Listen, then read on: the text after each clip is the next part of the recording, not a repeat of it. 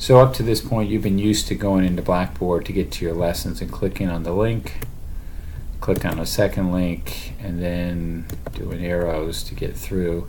That's going to change in the second half. Instead, you're going to go to the link and it's going to bring you to this, which is the entire course, other than what you're turning in Blackboard. And you then start the course, and you can see you can toggle down, up and down, and find where you're going. So for example, if we go to the savings and investment first lesson, on the right side you can go through objectives and everything you're normally used to, such as the videos, and the questions will come one after the other instead of all on one page, and each one you submit and you have to do it until you get it right, and then you keep going through videos, and at the very end you have the assignment.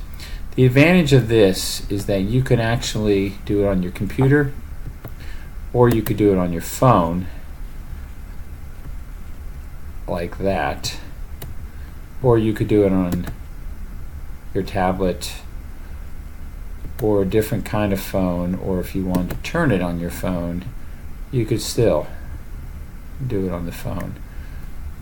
Click on the course, and here is the entire lesson, and when you want to watch the video, you can watch the video.